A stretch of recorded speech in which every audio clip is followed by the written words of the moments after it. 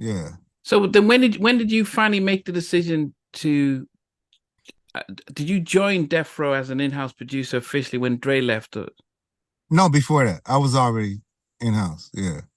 Okay. Yeah. Yeah. Once I came over there, I was in house. Yeah. I did my contracts and, I started working. I went to Death Row to help with the R&B side. Was it with Danny No, Boy and Jewel and specifically Jewel. okay. That was really the reason why I went there. That was the mission. The mission was Jewel, you know. Okay. Did, and Nobody. were you also uh was G1 also part of the R&B with you? Oh, sorry. Can you Okay. hear me? Yeah, I can hear you. I can hear you. What does that say? Recording stop. Yeah, no, because when you stopped this, I just stopped the recording so that yeah, Oh, okay, yeah, okay, okay, it's okay, fine. okay. Yeah, Sorry, okay. I was thinking about because when I interviewed G1 a couple of weeks ago, and he talked about also being working on some of the R&B tracks as well at Death Row, and so we because most of us thought of Death Row and we all knew about Dre, and when he left, But um, Suge love R&B, but Suge, listen, Suge would come there. This is funny. He would come to my sessions, man, and tell me to play this one song, Three Wishes, and throw a party in the live room. Dude, I've seen Suge in the live room dancing like he was at the club.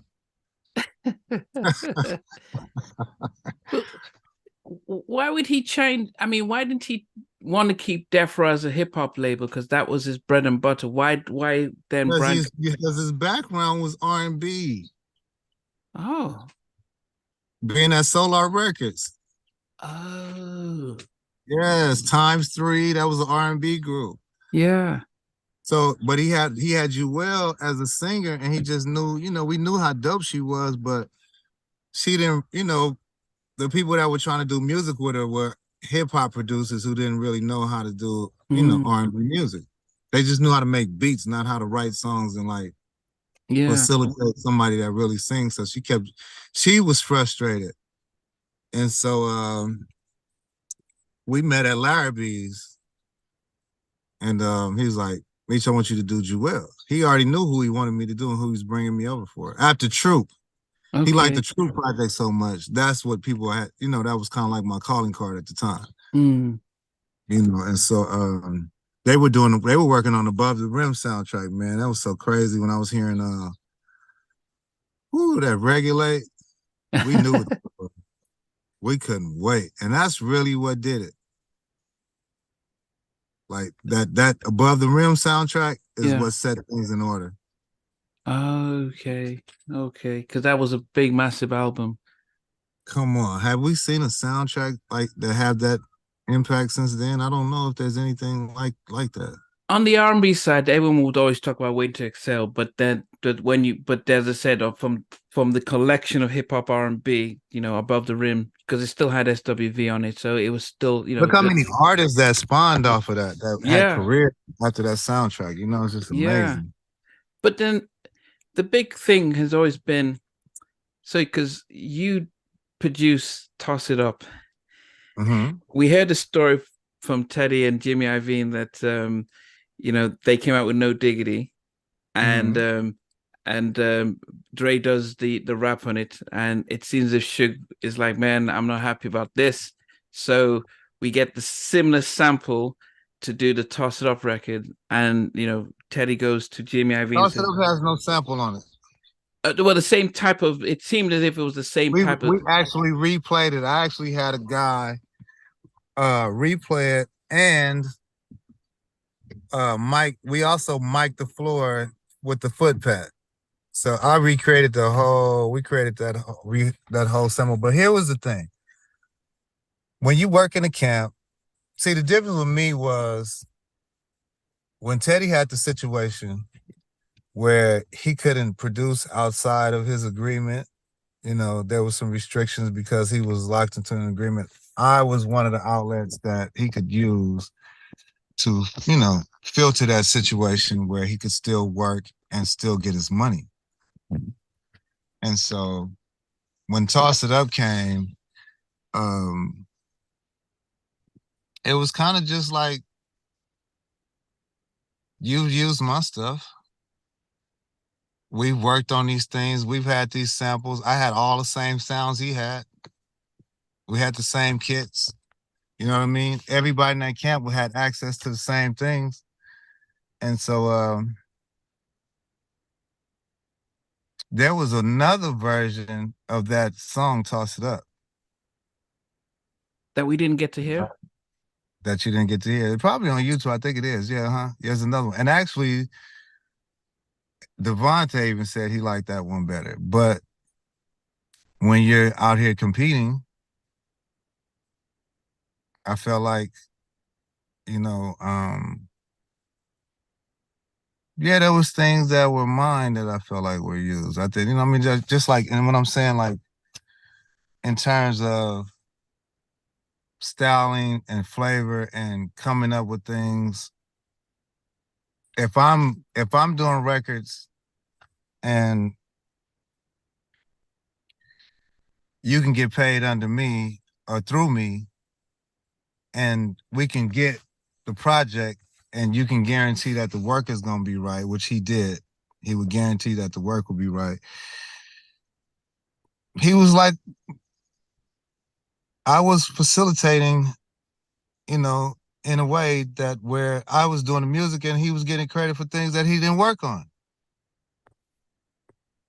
It's okay then, right? So tell the full story. No disrespect, but dude, like real talk. You was able to get and do projects. I did the work and his name was tagged onto it. It made sense. We got more money, we got more, you know, it brought more weight to it, but I did the work. So when that time came, there was all kind of things in the atmosphere. He came to Death Row to try to get, you know, to work. And it was just like our wires got crossed behind an incident, uh, you know, at Future. Um, that I think he should have stayed solid with me. And he was just young and didn't know how to do it. And um, there was a young lady who everybody felt like was, you know, we were told that was off hands. And I'm in Virginia Beach. I'm 20 nothing. You know what I'm saying? And I broke that code, you know, and but dude, my grandfather died. I was going through something, and I felt in that moment he didn't hold me down like we had held him down. You know what I mean? But then, did you take it personal, the toss it up situation? Did you think? Because I thought it was actually because they thought Suge was trying to That derail wasn't so Dre. much me as it was Suge and Pop. Okay. But it was me. And it was Shook. You know, it's like and Dre, you know, because of the Dre thing. So that was the elements of it, you know, like just keeping it clean. Um, we had all these ideas and musically and stuff. But that's what generated that beef, you know, so-called beef, or just that like, hey, let's just flip it. It's Yeah. music, hip hop. Who says it's his? It wasn't his track. It's just a, you know. But for me, it was like I'm gonna do what you used me to do. Remember when you used me because I could sound like you, I could do tracks like you, and you could get your money and get paid. Remember that? Okay, well now I'm gonna do it, and I'm gonna get paid for it, and I'm gonna use you this time. What's the problem? Mm. This time I get to do it. Yeah. So I mean, I guess that's the thing because we you know we as a public we were sold a different story that oh this is Suge trying to sabotage anything that Dre's on, and so but we didn't know Well, that. well, we were competing, Mm. but how could that be when Teddy came to Death Row and tried to work at Death Row? And I told Suge, absolutely not. They was in the back, Blackstreet, all of them. I was like, I let it ride a little bit because I was still, in favor of, I still had an affection for Teddy in terms of what he had done for me as a mentor. You know what I mean? But the other things, I was just like, wait a minute. When that happened in Virginia, you didn't hold me down. And now you in LA now that we getting money now. You out here? Absolutely not. I'm like, get him out of here. This is before No Diggity or after, because I guess before. Oh, before they blew up in No Diggity. They were working on it then. Okay. And I was like, that was it. Like, Suge knew. I was like, dude. And it was so funny. It was so funny because when Teddy came in to Death Row, I was in the A room working on Jewel, and David Kenner, Jimmy Iovine, what's Jimmy's partner at the time? Jimmy Iovine and how'd I forget the other guy? That's crazy. His partner. But they were all there. All the heads was there, and I'm sitting in a chair. And when they came in the room, I just pushed play on Jewel. Somebody just mixed a record that's incredible.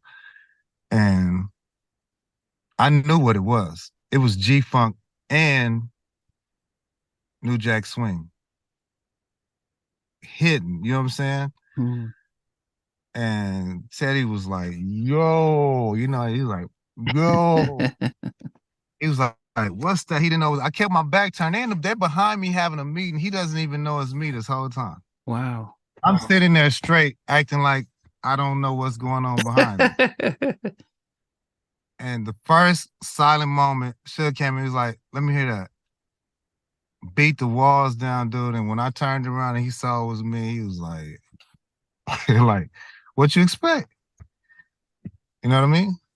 But I was me before I went to Virginia, dog. So, like, I give him credit for what I learned from him, but,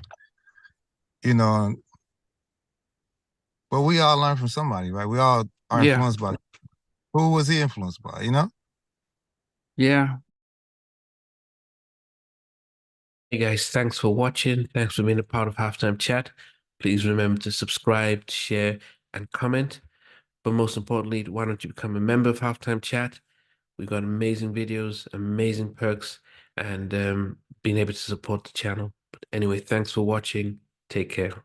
I never participated in that category. Somewhere in between us, or even loving us, on which I didn't miss you with.